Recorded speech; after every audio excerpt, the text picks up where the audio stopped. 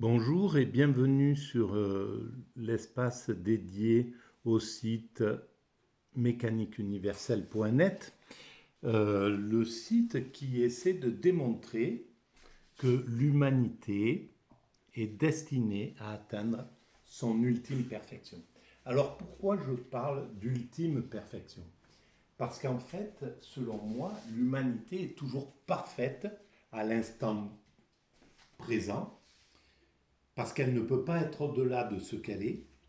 Par exemple, là, à l'instant présent, à l'instant T, si on arrête l'humanité, on la regarde, elle est parfaite pour le moment dans lequel elle se trouve. Mais elle est perfectible parce qu'elle doit atteindre son état d'ultime perfection, de perfection indépassable. Ben, c'est comme n'importe euh, quelle chose qui est dans un mouvement d'évolution. À partir du moment où il y a évolution, un principe naît, se met en évolution, ben on prend un arbre, ben, d'abord il est graine, il est parfait en tant que graine, et puis après il va commencer à éclore, il va faire un petit bourgeon, il sera parfait en tant que bourgeon, mais toujours en étant perfectible, puisqu'il va chercher à atteindre quelque chose d'autre. Puis il va devenir un petit arbuste de 20 cm, il sera parfait en tant qu'arbuste tout en étant perfectible, etc., etc., jusqu'à ce qu'il atteigne sa plénitude, son acmé, diraient les Grecs, je crois que c'était le terme qu'ils employaient, donc sa plénitude. Et pour l'humanité, c'est la même chose. Là, elle est peut-être à la sortie de son adolescence. Elle va rentrer dans l'âge adulte. Et puis de cet âge adulte, ou alors peut-être elle est dans l'âge adulte, et puis elle va vers la sérénité de la sagesse, par exemple. Voilà. La perfection dont je parle, elle viendra dans quelques siècles. Il faudra encore quelques siècles d'évolution.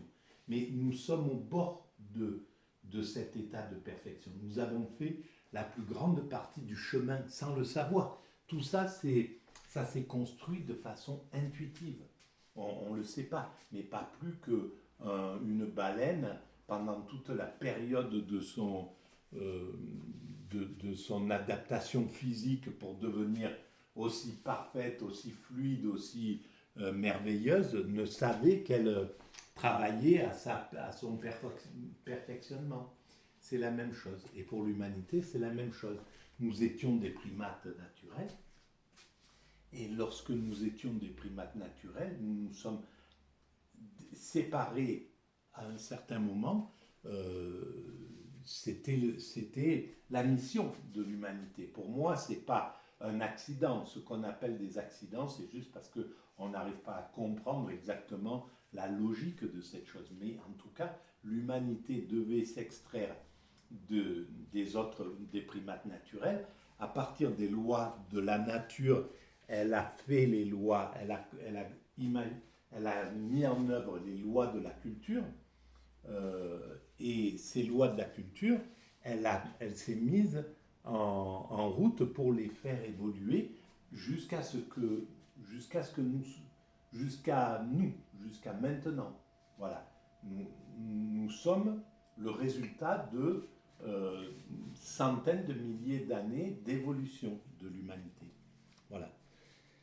Et nous sommes une seule grande famille, un seul grand corps. On ne s'en rend pas compte, on n'est pas conscient parce que on nous demande de détester tel ou tel, de haïr tel pays parce que nous sommes telle nation, etc.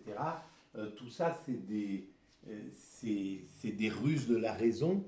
Au fond, c'est juste une carotte pour nous faire avancer parce que nous sommes encore pétris des pulsions primates. Donc on a besoin de se sentir supérieur, de s'affirmer aux dépens de ses congénères, de rentrer dans le système domination-soumission, subordination, etc. D'être dans la prédation, d'être... Voilà, tout ça, ces pulsions-là, on les tient de nos origines primates. Mais on s'en détachera complètement. L'état de perfection, c'est la réalisation, la sortie de ces pulsions-là. Et donc, si on sort de ces pulsions, qui sont liées à l'ego, si on perd cet ego, ça veut dire que l'humanité aura été réalisée entièrement, il n'y aura plus rien à construire, elle sera finie, il n'y aura plus qu'à entretenir ces choses. Et évidemment, ça sera une humanité parfaitement, purement écologique, qui n'a des hommes qui n'ont plus aucun impact sur la planète. Donc on tirera l'énergie du soleil, du vent, de l'eau, peu importe. On parviendra à recycler tout le système, etc. etc. Le système de la possession, ça sera la propriété, ça sera fini. Tout ça, ça appartiendra à l'ensemble humain. Et en fait, on en voit les prémices si on est attentif. On voit bien qu'on est en train de faire passer tout un tas de choses au patrimoine de l'humanité. Les fonds marins, bientôt les forêts, peut-être la forêt amazonienne, etc., etc. Tout ça, c'est dans les choses, les rivières, l'eau, etc. Ça va rentrer dans le patrimoine commun de l'humanité. Et en fait, comme on est des bourrins, eh ben, c'est par l'accident qu'on évolue. C'est-à-dire que ça va rentrer en patrimoine universel parce que dans peut-être 2-3 ans, il y aura tellement de forêts qui auront brûlé que l'organisation de l'ONU dira on prend en charge complètement tout ça. Là, on va faire une structure qui gère cette chose-là. Il y a un problème de pénurie d'eau, donc on va faire une structure et l'eau va devenir patrimoine de l'humanité, etc., etc. Et au final, le dernier patrimoine de l'humanité, ou peut-être pas le dernier, mais à un certain moment, l'homme deviendra patrimoine de l'humanité. Et donc on ne pourra plus toucher à un être humain. Il sera protégé par l'ensemble humain. Voilà, et chaque être humain qui sont sur la planète. Parce qu'évidemment, cet état de perfection n'est pas pour un petit groupe, pour un petit club, pour un petit clan, pour une petite nation, pour un continent, pour l'Occident et pas les autres, etc. Non, c'est pour l'humanité tout entière. Ça concerne l'humanité tout entière. Donc mon travail, en fait, il cherche à éclairer ça pour que le plus tôt possible, on prenne conscience que on construit cet état de perfection de façon inconsciente et sans le savoir, intuitive. Donc il est temps de passer à une construction consciente. Et à partir du moment où on prendra conscience que notre destinée, c'est d'atteindre cet état de perfection final, et bien à ce moment-là, l'ensemble humain n'aura plus aucune raison de se taper dessus, d'évoluer par l'antagonisme, par la destruction et reconstruction, par la tentative, échec, erreur et rectification. On travaillera de façon symbiotique. L'ensemble humain, on aura envie, enfin, ça deviendra naturel, puisque notre but est commun, ça deviendra naturel de tous y travailler tranquillement, à ce but, sans se précipiter, à construire ça pour les frères humains qui viendront après nous et qui profiteront de cela. Nous profitons de tous les plaisirs qu'apporte la construction de cet état-là. On ne profite pas de la perfection finale parce que nous sommes passés à ce moment-là de l'humanité, comme les premiers hommes étaient placés, devaient travailler à développer notre cortex, sans le savoir, à développer, à enlever notre système pileux, à développer notre système cardiovasculaire, notre course, notre capacité à courir derrière les gazelles, etc. etc. Et bien voilà, ils devaient faire ça. Ceux qui ont fait les premiers outils et qui ont mis en œuvre en fait la technique, eh ben, ils ont travaillé à ça et ils ont sacrifié, ils ont donné leur existence à cela. C'est pas un sacrifice, mais ils ont donné leur existence à cette partie de l'évolution de l'humanité. Et nous, aujourd'hui, en 2023, eh ben, on fait la même chose. On donne tout ce que nous avons de notre existence. On est, on travaille, on agit, que ça soit par le bien ou par le mal, peu importe, ça conduit toujours au bien.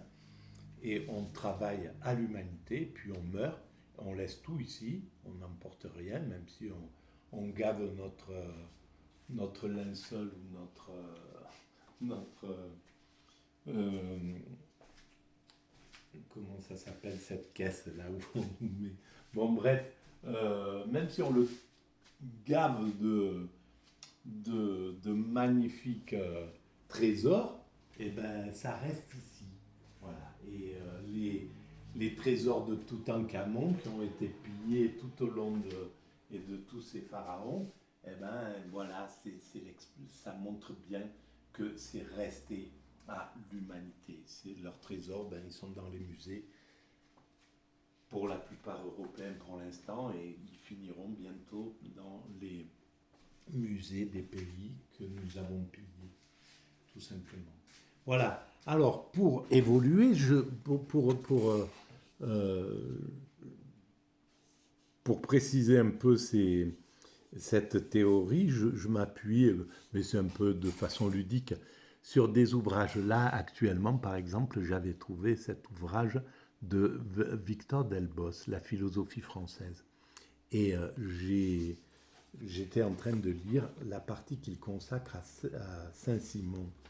Alors, je vais continuer la lecture. Je découvre en même temps et je laisse aller mon imaginaire, en fait. Hein. C'est des pensées atypiques parce que mon cerveau fonctionne sous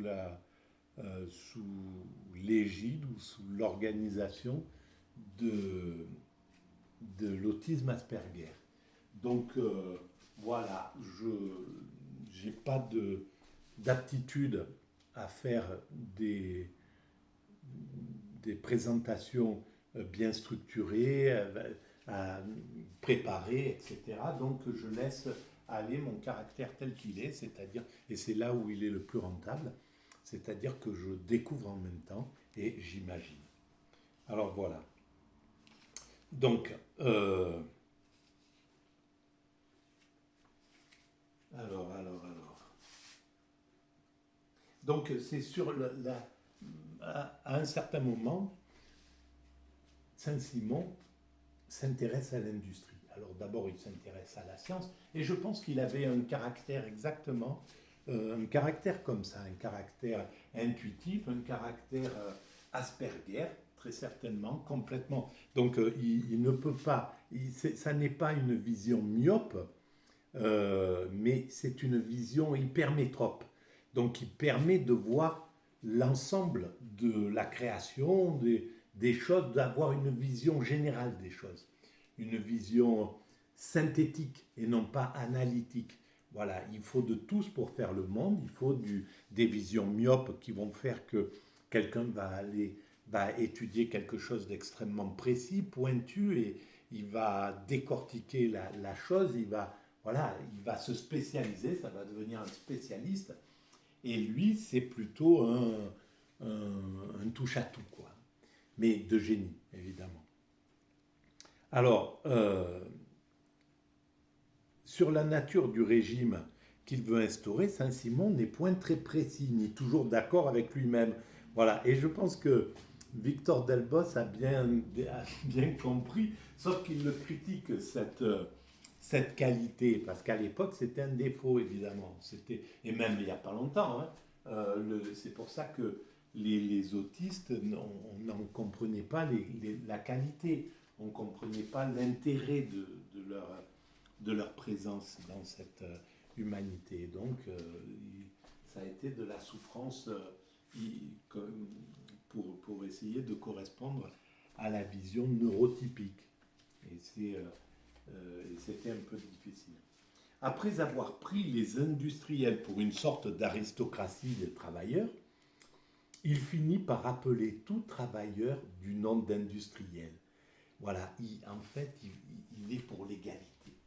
Et même sous l'influence du sentiment démocratique qui se développe en lui, donc il faut bien penser qu'il écrit à l'époque de Napoléon, en 1815-20, quoi. Napoléon était là encore. Et donc, c'était un progressiste, c'était quelqu'un qui était pour l'évolution globale. Il regarde les prolétaires comme aussi aptes que les autres à bien administrer des propriétés. Voilà, ça c'est quand même génial. Et peut-être que probablement Tolstoï, qui a donné sa propriété à ses serfs à la fin de sa vie, il avait peut-être lu Saint-Simon. Donc la pensée comme ça, ces pensées humanistes, ces pensées communistes, ces pensées socialistes, ces pensées anarchistes, ces pensées euh, sociales, voilà, qui ont fraternelles, qui ont pitié de ceux qui souffrent, qui sont aujourd'hui complètement bâchés avec du bashing sur des chaînes de télévision comme CNews par des élitistes, des faux aristocrates qui méprisent en fait le peuple. Eh bien, voilà. Parce qu'ils sont toujours là, heureusement, ces défenseurs de l'opprimé, de la veuve et de l'opprimé. On a signalé, et justement sur ces chaînes-là, il y a, quelque chose des indécences qui ont été faites, comme cette cagnotte, etc. Bon, bref, qui sont poussées et qui stimulent un racisme hallucinant. Et heureusement, les forces antiracistes, voilà, qui luttent contre ces démons sont nombreuses et sont là. Mais malheureusement, comme l'oligarchie détient les médias, et que dans l'oligarchie, elle n'est pas raciste, c'est pas son truc, mais comme elle déteste les idées de gauche, en somme, hein, parce que c'est les idées qui vont dire ben, il faut faire travailler moins, il faut donner des meilleures conditions aux ouvriers, etc. Et l'oligarchie, c'est le patronat, tout simplement. Donc, il cherche par tous les moyens à repousser la gauche. Et la gauche est aussi la détentrice pas la détentrice, mais disons, voilà, elle lutte contre l'islamophobie, contre les racismes, contre tout ça. Et évidemment, pour détruire la gauche, eh ben, les sbires parce que c'est les sbires de l'oligarchie qui, voilà, qui stimulent le racisme, au contraire, à l'inverse. Mais on passera ce temps-là, il sera dépassé, évidemment. On a signalé en lui un précurseur du socialisme. Précurseur, certes, oui, par le vœu qu'il exprime de voir l'organisation de la société calquée sur celle de l'atelier, le gouvernement économique se substituer au gouvernement politique et l'administration des choses à l'autorité sur l'homme. Mais socialiste déjà lui-même non point. S'il a posé en principe que la propriété se justifie uniquement par l'intérêt commun et doit être constituée en vue de la plus grande utilité sociale, s'il a cru que le régime de la propriété pouvait varier selon les temps et les idées, s'il a même proposé des réformes assez profondes du régime de la propriété foncière, il ne paraît pas avoir cessé de regarder le capital comme une mise sociale donnant droit à rémunération. Alors évidemment, c'est clair, il était juste pragmatique. Évidemment, moi je parle, je dis, la propriété sera terminée. Un jour, ça sera aboli, le principe de propriété. Les choses appartiendront à l'humanité dans son ensemble, à chaque être humain. Et ben, c'est très simple. Après, si on peut, voilà, on se promène, on part à pied entre ici, l'Auvergne et, je sais pas, moi, n'importe où, là, Bamako ou, ou New York ou n'importe, ou Pékin, eh bien, partout où on passe, dans n'importe quel village, partout, on trouve le gîte, le couvert, voilà, tout est à disposition, tout est là pour chacun, et chacun peut fournir un petit peu quelque chose, quoi, voilà, dans la vie, comme ça se passe d'ailleurs sur le chemin de Saint-Jacques, c'est exactement ça. De plus en plus, on trouve ce système de solidarité très simple.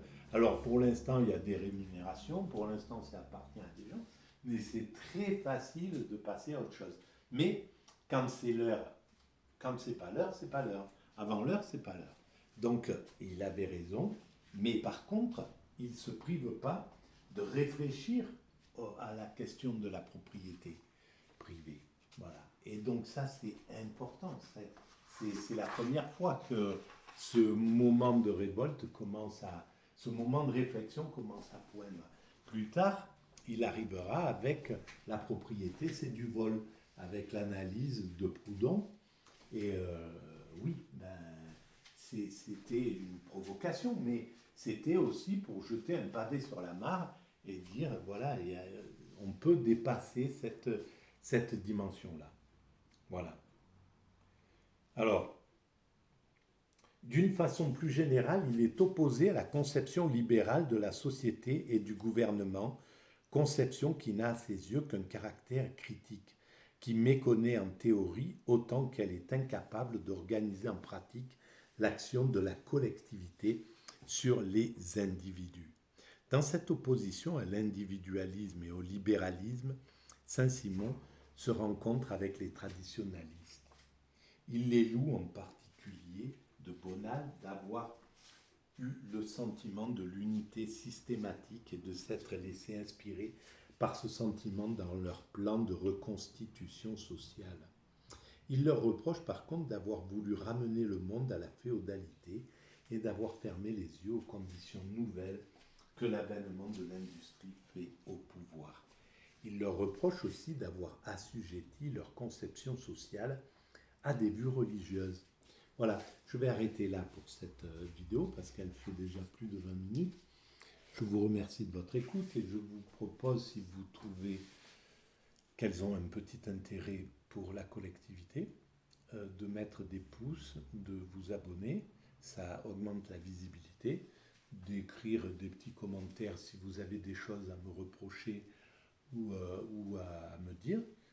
Je lis toujours ces commentaires et puis j'y réponds systématiquement, même si c'est des critiques, et même virulentes, il n'y a pas de problème, j'accepte tout cela.